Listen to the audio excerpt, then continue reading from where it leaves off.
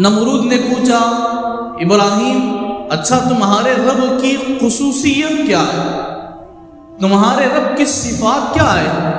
حضرت ابراہیم نے فرمایا وہ زندہ اور یعنی زندگی اور موت کا اللہ مالک ہے۔ تو نمرود نے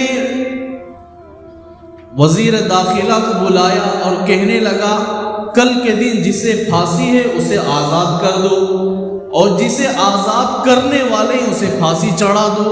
اور پھر حضرت ابراہیم سے کہنے لگا دیکھو میں بھی زندگی اور موت کا مالک بن گیا، میں بھی زندگی دیتا ہوں اور موت بھی اتارتا ہوں، موت کے گھاٹ اتارتا ہوں۔ تو حضرت ابراہیم خلیل اللہ علیہ السلام نے اسے ایک چھوٹا سا سوال کیا تو اس کے پاس وہ جواب نہ رہا۔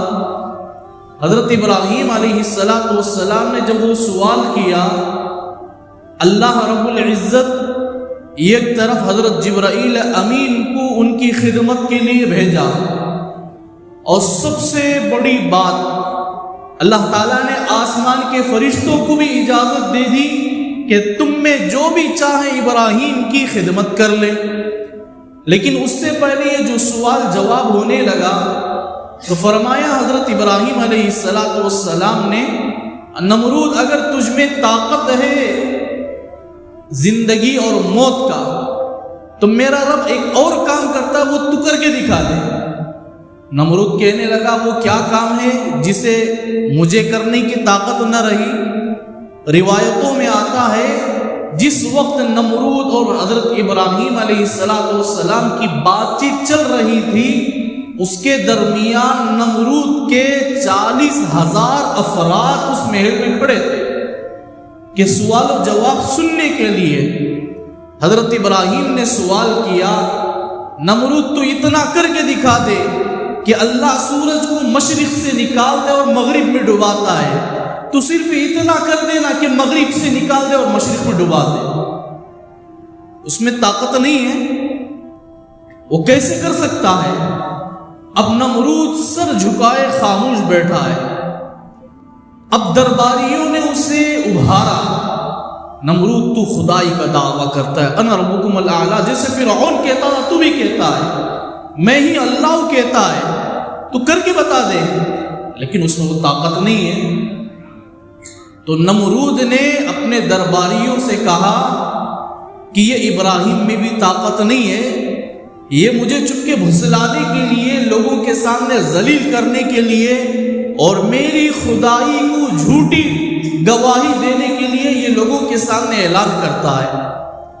تو حضرت ابراہیم کو قیدیوں سے کہا، لوگوں سے کہا گیا، درباریوں سے کہا گیا کہ ابراہیم کو جگڑ دو، رسیوں سے اچھی طریقے سے باندھ دو اور ان کو قید خانے میں ڈال دو۔ حضرت ابراہیم کو قید خانے میں ڈال دیا گیا اور 40,000 افراد کو نمرود نے اعلان کیا کہ تم جنگلوں میں جاؤ لکڑیاں جمع کرو۔ 40,000 افراد نے لکڑیاں جمع کی اور لکڑیاں جمع کر کے 40 دن تک آگ کو بھڑکایا گیا۔ روایتوں میں آتا ہے 3 میل اوپر، 3 میل تک، جیسے 1 میل جو ہے 1.5 کلومیٹر ہوتا ہے، 4.5 کلومیٹر تک اوپر میں کوئی پرندہ بھی اڑتا ہے تو بھن کر نیچے پڑ جاتا ہے۔ اتنا بڑا آگ کا بہت بڑا گڑھا بنایا گیا۔ لوگوں نے پوچھا کہ نمرود ایک چھوٹے سے آگ میں ابراہیم جل جائیں گے، تو اپنا وزیر سے نمرود کہتا ہے کہ یہ ابراہیم ہے، یہ اللہ کا نبی ہے، وہ جانتا ہے اللہ کو، مانتا ہے اللہ کو، لیکن ضد پر تھا۔ علماء نے کہا کہ اللہ ضدی کو ہدایت نہیں دیتے۔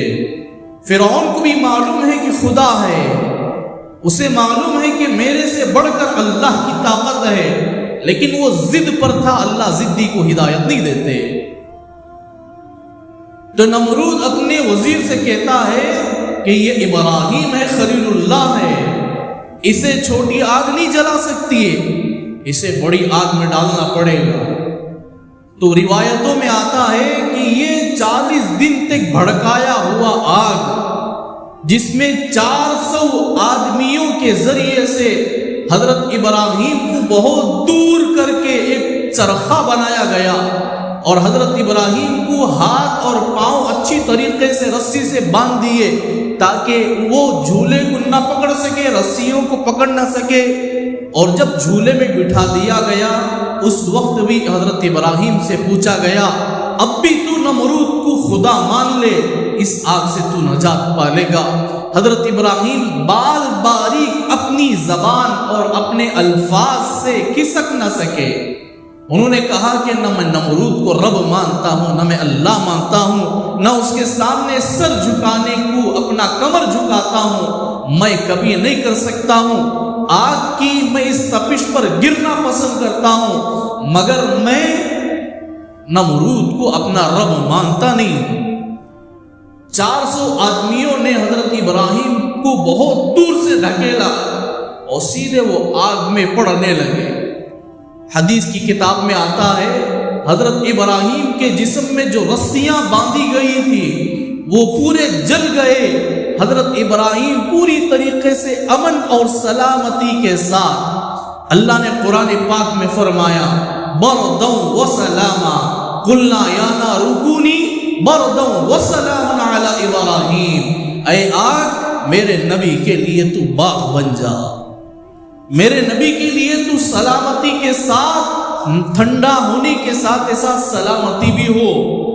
حضرت ابراہیم علیہ السلام اس آگ میں مکمل 40 دن رہے۔ اس کے درمیان جب آگ میں ڈھکیلنے کا وقت آیا، درباریان سب بالکل قریب آ کر کھڑے ہو گئے۔ اب اللہ رب العزت کی جلال دیکھو کیسی ہے۔ اب اللہ کہتے ہیں فرشتوں سے تم پورے آسمان کے دروازے کھول دو اور عرش کا دروازہ کھول دو۔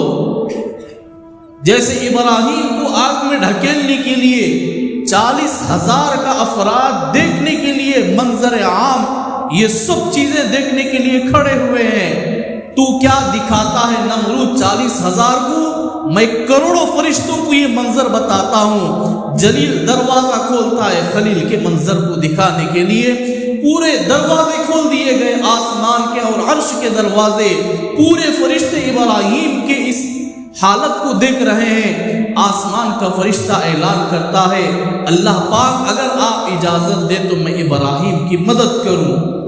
حضرت ابراہیم کو سب سے پہلے اجازت ملی، حضرت جبرائیل امین سے، حضرت جبرائیل امین کو پہلے اجازت ملی۔ حضرت جبرائیل امین نے فرمایا یا اللہ اگر آپ اجازت دے تو میں ابراہیم کی خدمت کر لوں، میں ان کی کچھ مدد کر لوں۔ اللہ نے حضرت جبرائیل امین کو اجازت دی۔ حضرت جبرائیل امین سیدھے اس گڑھے پر اترے جہاں نمرود نے آگ لگایا۔ حضرت ابراہیم گر رہے ہیں اور وہاں اسے جا کر پوچھا، حضرت جبرائیل نے جا کر پوچھا ابراہیم میں تمہاری مدد کر لوں؟ حضرت ابراہیم نے فرمایا کہ تم آئے کہ رب العالمین بھیجے، رب العالمین کی میں اجازت سے آیا ہوں مگر اللہ کے حکم سے میں نہیں آیا ہوں، اللہ کا حکم نہیں تھا، میں اللہ سے اجازت لے کر آیا ہوں۔ فرمایا میں جس کی خاطر گر رہا ہوں وہ خود بچا سکتا، کسی کے سہارے کی ضرورت نہیں ہے۔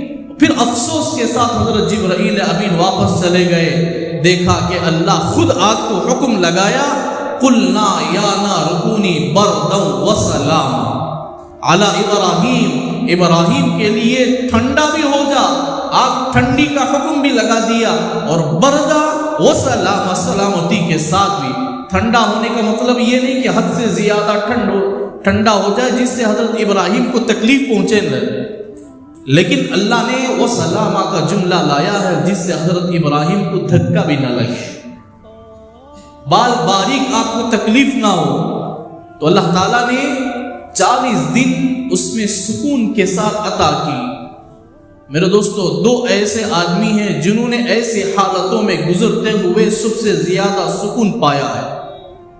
حضرت علی کرم اللہ وجہ فرماتے ہیں رسول اللہ صلی اللہ علیہ وسلم جس وقت ہجرت کا موقع تھا، آپ نے رات کے وقت ہجرت کی، گھر سے باہر نکلے، دشمنان اسلام رسول اللہ صلی اللہ علیہ وسلم کے گھر کے اطراف کھڑے ہو گئے۔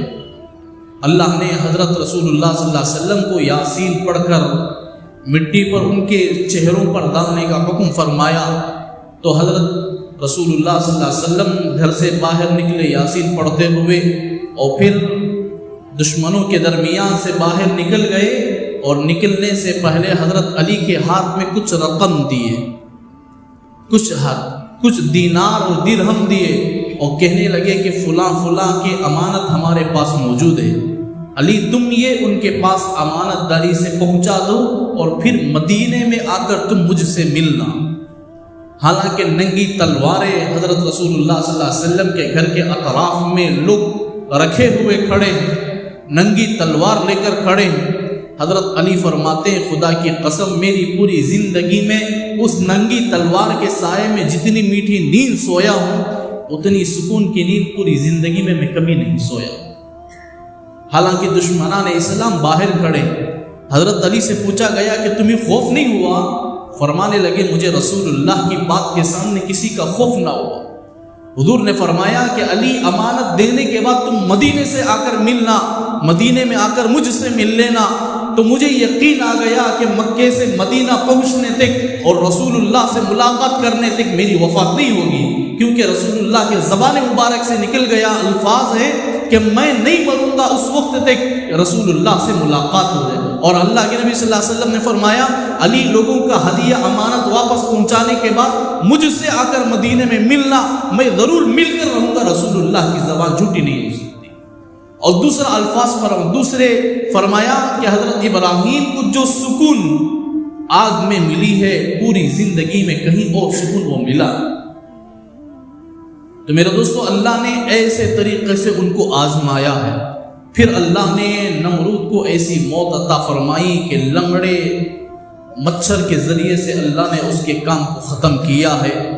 اگر زندگی باقی ہو تو انشاءاللہ آئندہ جمعہ اس کے بارے میں تفصیل بیان کروں گا۔ أحب الوفاء بشتى الصور، أحب الوفي الأمين